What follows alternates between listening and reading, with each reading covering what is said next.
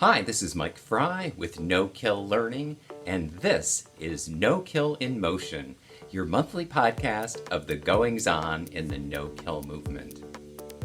If you've been following animal sheltering for any length of time at all, you know that some shelters are less than transparent about the way they report their outcome statistics, using a host of tricks to try to make it look like they're doing better than they actually are.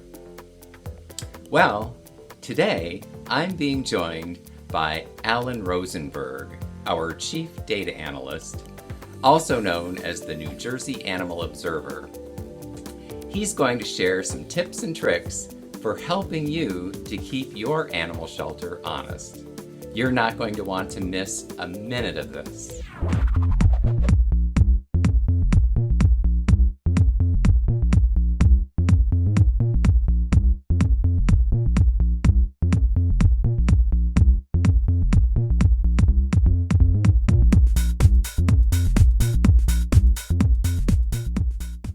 Hi, we're back, and I'm being joined by Alan Rosenberg, our Chief Data Analyst, also known as the New Jersey Animal Observer. Welcome, Alan. Hi, Mike. How are you doing? I'm great, and I'm curious. I realized after we've talked so much over the years, I realized I never really found out what got you interested in analyzing animal shelter data. I know you're probably the person in the world who's looked at probably more animal shelter statistics than anybody that I know, and I'm curious what got you started doing that. It's funny because I originally got into shelter reform as a volunteer at one of the worst regressive shelters in the country. But before that, in my career, I've worked in accounting and finance, and there's a lot of data analysis in that. But even going further back to that, I've always had a inclination for looking at data. Like as a kid, I used to pour through baseball statistics and things like that. So it's something I feel comfortable with. So I think when it came to the issue of animal sheltering and I was seeing the problems out there, I said, well, what skill set can I bring to kind of help this problem that we're seeing? And when I approached the issue, it seemed like data analysis was something that really was not done much or very well in animal sheltering. So I felt for my personal understanding, I wanted to get to the bottom of what was going on. I wasn't even convinced, for example, that No Kill and Nathan Winograd, what they were saying were true. So I basically did all these kinds of analyses that we'll talk about here, and it kind of confirmed everything that the no-kill movement was saying, and it really got me motivated to keep on doing this. Well, it's interesting because I believe, a couple of things. First of all, the first time a lot of people, when they first hear that math or statistics is coming up, their brains just check out because a lot of people just don't like math. I've got all kinds of reasons for why I think that is. I think we teach math badly in school, for example. We teach it as a very left brain activity when in fact it can be a very right-brained creative thing. There's all kinds of patterns and interesting things about it, like music, a very right-brained kind of thing. But so people hate math because it's taught poorly, and so as soon as they hear math or statistics, their brains check out. But understanding math and being able to see the patterns in the data and the statistics is a very important thing, because shelters, I think, actually use the fact that people don't like math in order to hide the killing that's taking place in their shelters. They've got all kinds of tricks that they use to keep the killing they're doing secret. And I'm curious, if before we get too deep into the weeds, if you could just share a handful of those things that animal shelters do to hide killing in their animal shelters. Oh, there's lots of ways they do it. Number one, I think most commonly is the way they report their statistics to the public. So not all animal shelters do publicly report statistics, but a lot of the shelters in larger cities do now, largely under political pressure to be more transparent.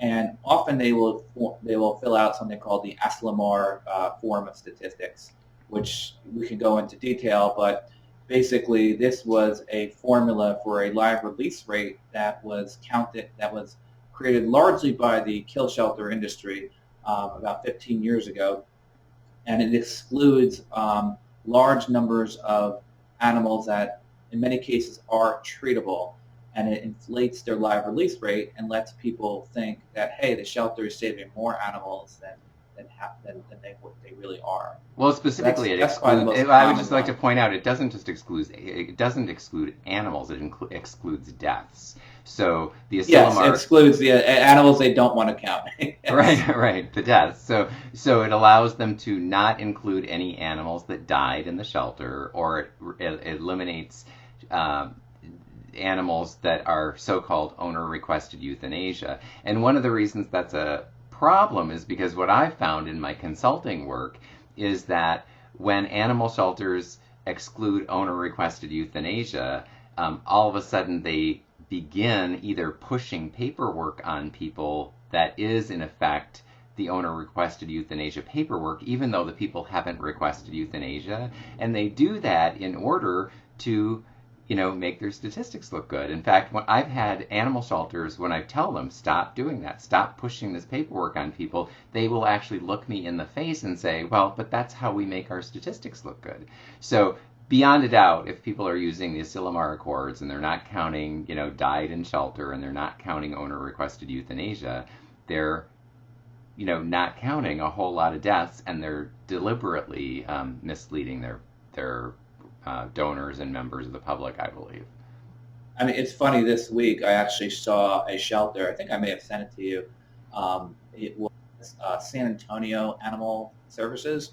Um, they actually said the Asilomar live release rate was too restrictive on them.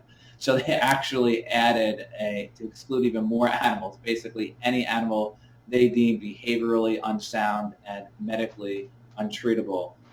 So they basically are excluding everything they don't want to count. So it really, some shelters will go to any length to avoid counting killed animals when they really should be. Well, and it's important to note because then what happens is, there's this sort of benchmark for no kill that's been bandied around for a while, sometimes inappropriately, that 90% threshold, which really is more appropriately 95%. But, and that's considered the threshold for potentially being classified as a no-kill shelter.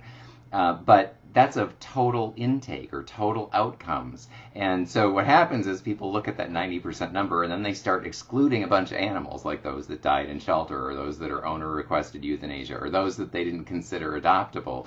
And then they try to claim no kill as a percentage of that subset of the animals instead of the total intake. And that means it's misleading like squared. So Yeah. it's more misleading than and it just gets worse and worse, and you end up down this really deep dark rabbit hole because people just are oftentimes just not honest. Yeah, and I mean, I would add that there's other ways shelters may have their statistics look better. For example, a shelter that's in a wealthy area may end up having most of their stray dogs come in that have license and microchips. So if you look at a total live release rate for that shelter, it may look fine. But if you only look at dogs that do not have licenses or tags that are stray, license and microchips that are stray, or owner surrenders, they may have a much lower probability of getting at the shelter. So sometimes the total live release rate could be misleading for a shelter like that. Um, Same thing with cats. A shelter may have a large shelter neuter return program, but not have a life-saving ethic at the shelter. So basically, any cat they say can't be placed through the shelter neuter return program, say maybe due to a neighbor issue or a minor medical issue, and then they end up killing those cats. So sometimes the total live release rate is not always indicative of how the shelter is doing, and the shelter still may be killing healthy and treatable animals.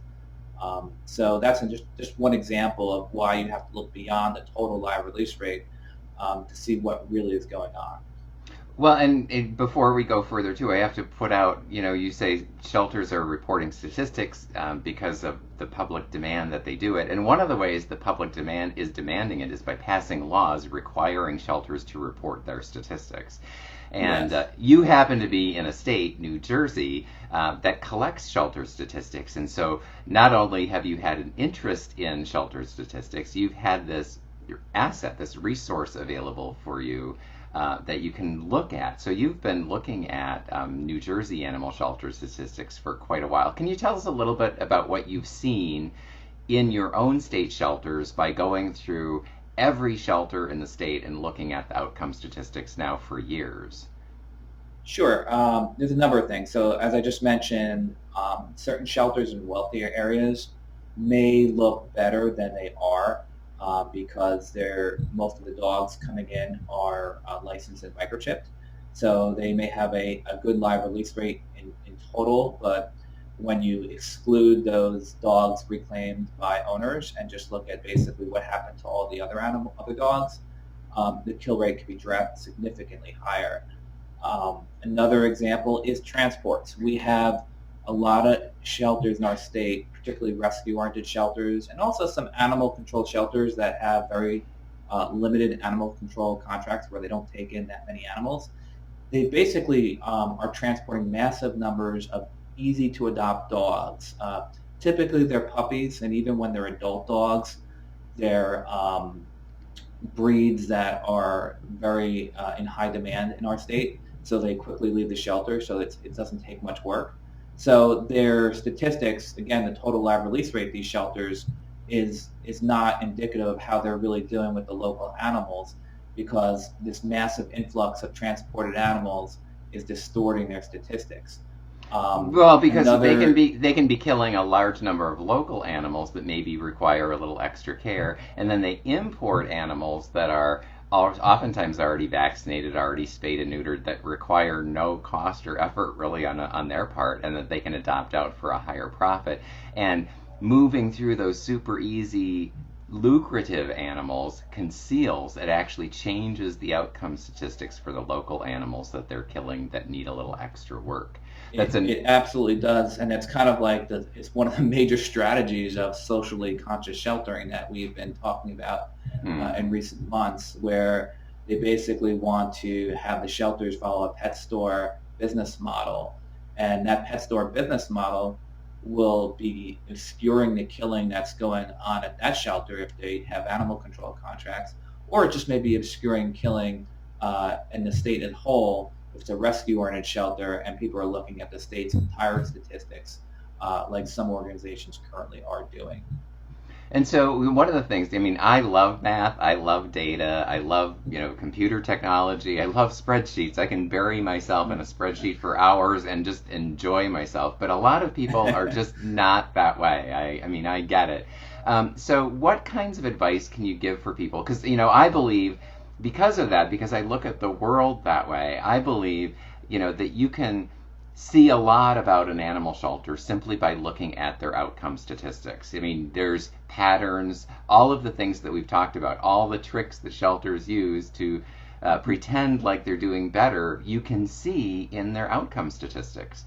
And so it's important that people, put their geek hats on periodically and really check out what the animal shelters are saying. So what advice do you have for animal shelters, or for people who want to do a better job at holding their animal shelters accountable? Well, first I'd say relax, don't get overwhelmed. You can do as little or as much as what we're going to talk about today. What I will say is all the math we're doing here is no higher than third grade math, so it's not too bad. But what I would say is, in general, you want to at least look at the summary statistics that you get and look for some overall trends to see, do I need to look into this a little further? So as we talked about before, sorry. But let's start right there. Like, how do people even get statistics? The average person here watching this might not even know where and how do they go about getting their animal shelter statistics? Yeah, that's a good question. I would say if it's a large shelter, a lot of them may have it already on their websites. So first thing I would do is go to the shelter's website and see if they already have statistics out there. Okay, and if you do see statistics, it has to be the full statistics. So this would be showing, for example, the beginning population of the shelter in the beginning of the year, plus all the animals they took in, minus all the animals that had outcomes, and then usually an ending population. That's a typical statistical form you'll see. Um, Other shelters may just present just like the extracts of those statistics that they want you to see, like the total number of adoptions, but not the number of animals killed. So you want to get the full statistics. So it's often on the website. If it's not on the website, um, you can try and do a public records request of the shelter. Sometimes they may keep that internally. You would do a public records request or Freedom of Information Law request that says, please provide me your 2018 full statistics in full form. The other thing you could do, which I really try not to do, is there is a website called the Shelter Animals Count that a lot of shelters do submit their statistics to. It's very user unfriendly, and there is a very restrictive data use agreement that restricts you from even talking about the statistics. So if you're going to use that website, Yeah, I think literally it's have to just practically. I keep think it to yourself. yeah, at this point, I think it's pretty much just worthless. I mean, there was a period, Yeah, yeah. there was a time when I used to recommend people look at it, but as soon as they started putting those restrictions on the use of the data, I was like, yeah, I'm out, done. There's no point in going there. I mean, if you can't use this, I mean, shelter statistics. I mean, they're doing public service, oftentimes, but for the government. Or using private donations. It's public information. Restricting what I can or can't say about it is, not in my not in my game plan. So I just don't use that site at all and don't recommend it anymore because I'm not going to be restricted in what I can do with the information. It's public information. Yeah, and the other thing you can do, and this is something shelters are in most, at least in my state, and I presume in most, they're required to actually keep records on each individual animal. Mm. So if the shelter doesn't produce like a formal summary statistics like we're talking about, you could literally request each animal's record. For example, the species of the animal, the date it came in, how it came in, stray, owner surrender, etc., and what the various outcomes were, as well as the outcome date. And if you request that over a period of time, you can essentially recreate the statistics yourself, which is actually something I do recommend people do to test the accuracy of the summary statistics that are really just numbers on a piece of paper. So when really people supported unless you get the records. So when people get so they've gone through, they get the data, they either find it on the website, they submit a data practices request, they get the raw data. What are some high level things that they can just very quickly check to see, are these statistics real or are they vapor? Just a handful of spot checks that they can do. So first thing I would look at is, number one, is there a large owner-requested euthanasia number? That should be a red flag. Number two. And when you consider large, what do you consider large? I would say even if it's just more of if it's really more than like 3 to 5% of total intake, I would be very suspicious of that number, because 3 to 5% is kind of pushing what's hopelessly suffering, and then you're saying now that hopelessly suffering is only brought in by owners as opposed to like a stray dog or cat, mortally injured by a car, for example. So I would say 3 to 5% to me is suspicious for owner-requested euthanasia. Yeah, I agree. And the other thing that I like to look at is, does the owner-requested euthanasia number that on the intake, are they also counting owner-requested euthanasia as an outcome? Because for me, I mean, if you think about it logically, owner-requested euthanasia is a potential intake thing. It's not an outcome. An outcome, if they euthanize it, is euthanasia. It's not an owner-requested euthanasia as an outcome. Because here's the thing. Some people bring animals to animal shelters for euthanasia that are perfectly healthy. And so, the shelter doesn't have to just turn around and euthanize those animals. And so I look to see, okay, are they counting those animals as euthanasia, or are they counting them as owner-requested euthanasia and then trying to filter them out of the outcomes? And if they are counting them as owner-requested euthanasia, does the owner-requested euthanasia intake and outcome match? Because if they match, it means they're not even evaluating those animals to determine whether or not they need to be euthanized.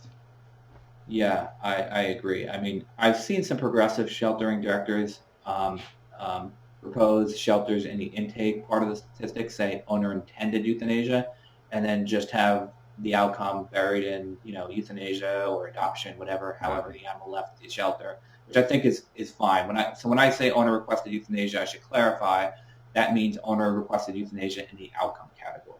Yeah. Yeah. And the other things, obviously, I would look at in the statistics would also be a high return to owner for dogs, or a high return to field for shelter neuter return cats, as well as high transport in figures for dogs. And now, in some cases, some shelters with cats, because that can also inflate a total live release rate number. So those are other things that you should consider as red flags. And in terms of computing their own live release rate, because I know one of the things you don't recommend doing is just if their statistics computes a live release rate, that you don't just take it for granted that it's correct, that you compute your own. So how do you recommend people do that? What formula do you use for computing a live release rate? So there's really two ways to do it. There's the live release rate and the inverse of that, which is basically the death rate. So the live release rate is basically in your numerator is all your total positive outcomes. So that would be owner reclaims, adoptions, transfers to rescues, and for cats, cats through a shelter neuter return program. And your denominator would just be your total outcomes. I prefer the death rate. For me, I'm kind of in the minority on this because I like it because it focuses you on the animals still being killed in shelters. So as an example, if you did the live release rate, which we sometimes call the raw live release rate formula, it's if you have 100 total outcomes and 90 positive outcomes, your live release rate would be 90. And the death rate in that example would be your 10 negative outcomes over your 100 total outcomes, or 10%. So it's really just it's the live outcomes divided by the total outcomes. Yeah, very simple. Very simple. Mm-hmm. Now, like I said before, is sometimes the live release rate may be misleading at some shelters because it may not be indicative of the probability of all animals, healthy and treatable animals, getting out of the shelter alive. So that's where I come into some modified live release rate formulas that I do that can kind of act as red flags to say, hey, the shelter may be killing certain populations of animals in the shelter. We need to delve deeper and look at the individual records to see if those animals really are being killed. Yeah. So, for example, yeah. No, go ahead. Sorry. No, I was just going to say is, I can do the live release rate formula where you simply back out the owner reclaims from the numerator and from the denominator as well to kind of come up with a non-reclaimed dog live release rate or cat live release rate that may be substantially higher than this shelter's overall live release rate, and also maybe substantially higher than a benchmark shelter. So, for example, I use as a benchmark shelter Austin Animal Center. The last couple of years, I've done a blog. It's called on the NJ Animal Observer website called Austin Animal Center Attains Amazing Live Release Rates in 2018. If you go to that blog, you will see all the details on that shelter's live release rates and non-reclaimed dog live release rates, which you can then compare to your shelter and say, hey, are our numbers really that different from this one? Yeah, and of course, I just have to put a plug out also for the live release rate calculator that I just recently published through Rescue Suite software. So if the math is all confusing and people really don't like math, there's another simple way that you can get to the real live release rate, and that's to simply go to rescuesuitesoftware.com and click on the live release rate calculator and enter the raw statistics that you get from your shelter in there, and then click calculate, and it will automatically calculate the live release rate, and it also give you some red flags, and kind of give you a grade for the animal shelter, and give you some other ideas about where you might want to go to look at them a little deeper. Any last thoughts? I think that's a fantastic tool. That's a fantastic tool, because I mean, just to be able to just find a shelter and immediately see the red flags is just it saves a ton of work, and it really gets you focused on where you need to look at. So I think that's fantastic. Well, and for people who are afraid of math, it kind of takes that first layer of the edge off. And so any last thoughts for people who want to begin looking at their shelters and figure out, are they being honest or are they not? Well, I mean, I would say if you can get the underlying records through a public records request, they're called intake and disposition records. And if there's one thing I would say to do is get the records, all the records of the animals the shelter killed for whatever period you're looking at, because that will be the clearest way you'll be able to see is that the shelter is killing healthy and treatable animals. So get all those euthanasia records, why they killed the animal, and oftentimes when you look at those, it'll be apparent that the reason they're using to kill the animals is absurd. And even when it's not apparent, and there's like, for example, a medical condition, you can look at the reasons why they're killing animals, and look at a really useful guide from the No Kill Advocacy Center called Defining No Kill that lists various conditions on whether they're healthy, treatable, or untreatable. So, if there's one thing I would say, if you don't want to do any of the math, just get the records of the animals they're killing, because that will get to the heart of the matter if you don't want to do anything else. But in the end, I like to think of it like, the shelter statistics are, assessing them is no different really than just balancing your checkbook. You've got, instead of money in and money out, you've got animals in and animals out. And so if you can balance a checkbook, you can, look at the animal shelter statistics, just reframe your brain so it's not about money in your bank account, it's about animals in the shelter, and you can get through to figure it out.